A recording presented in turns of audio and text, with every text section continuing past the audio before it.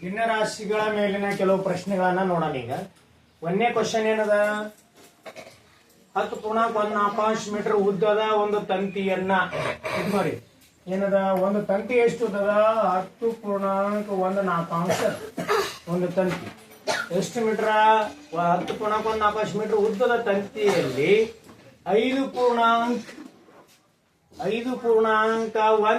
Metre ಉದ್ದದ ತಂತಿಯನ್ನು ಕತ್ತರಿಸಿ ಅಂದ್ರೆ ಕಟ್ ಮಾಡಿದೀವಿ ಅಂದ್ರೆ ತೊಳೆದಿದ್ದೀವಿ.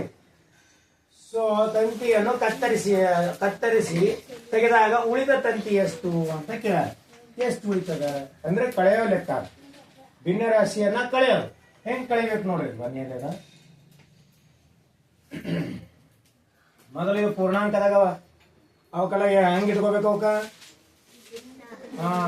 ಯಾವುದು ವಿಷಮ ಭಿನ್ನ ರಾಶಿ ಮಾಡ್ಕೋಬೇಕು. 10 4 ಹತ್ತಲೆ 40 ಪ್ಲಸ್ ಇದೊಂದು 41 ಬೈ 4 ಮೈನಸ್ 2 5 10 1 11 ಬೈ 2.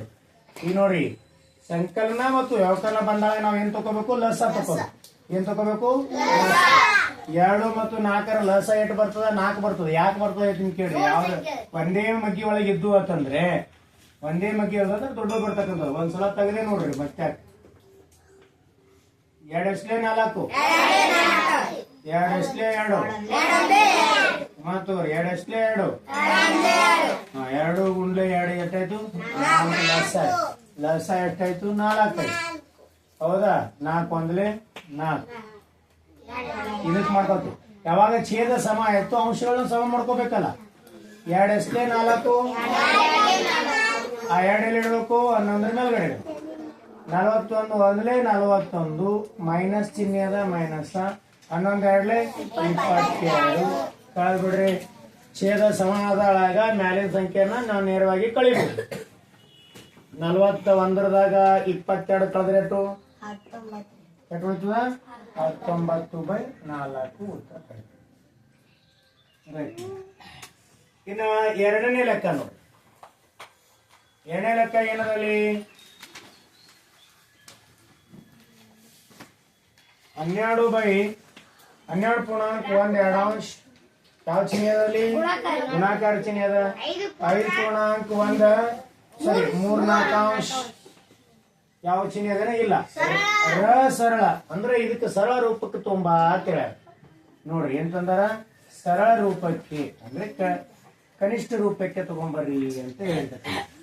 ಕನಿಷ್ಠ ರೂಪ. ಈಗ ನೋಡ್ರಿ ಪೂರ್ಣಾಂಕದಾಗ ಅವು ಹೌದಾ. ಮಿಶ್ರ ಭಿನ್ನ ರಾಶಿ ಅದ, ಅದಕ್ಕೆ ವಿಷಮ ಭಿನ್ನ ರಾಶಿ ಮಾಡ್ಕೋಬೇಕು. ಅಂದ್ರೆ ಇದಕ್ಕೆ ಗುಣಾಕಾರ, ಪೂರ್ಣಾಂಕಕ್ಕೂ ಛೇದಕ್ಕೂ 12 24 1 25/2 ಗುಣಾಕಾರ ಚಿಹ್ನೆ. 4 5 21 23/4 ಹೌದಾ. ಗುಣಾಕಾರ ಚಿಹ್ನೆ ಅದ. ರೈಟ್.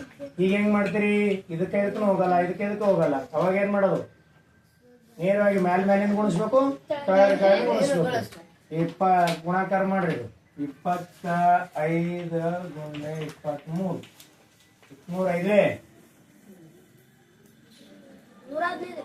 105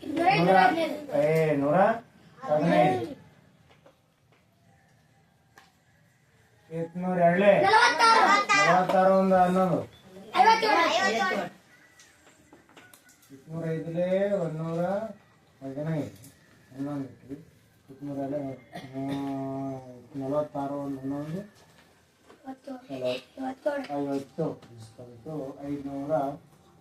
46 1 11 805 575 ಬಾಗ್ಲೆ 2 2 ನೆಕ್ಸ್ಟ್ ನೋಡಿ ಮೂರನೇದು.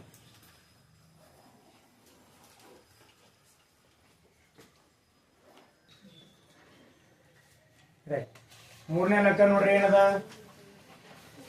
25 ಅಂದ್ರೆ ಗುಂಡ್ಲೆ ಅಂದಂಗ. 25 2 3 minus 4 ಗುಂಡ್ಲೆ 20/5 minus 6 Baglay 3/5 equal to 8. ಯಾವ್ಯಾವ ಮಿಶ್ರ ಭಿನ್ನರಾಶಿ ಯಾವ ಮಿಶ್ರ ಭಿನ್ನರಾಶಿ ಇಲ್ಲ ಅವಕ್ಕೇನ್ ಮಾಡ್ಬೇಕು ಸರಳ ರೂಪಕ್ಕೆ ತಗೊಂಡ್ ಬರ್ಬೇಕು. ಸರಳ ರೂಪಕ್ಕೆ ತಗೊಂಡ್ ಬರ್ಬೇಕು.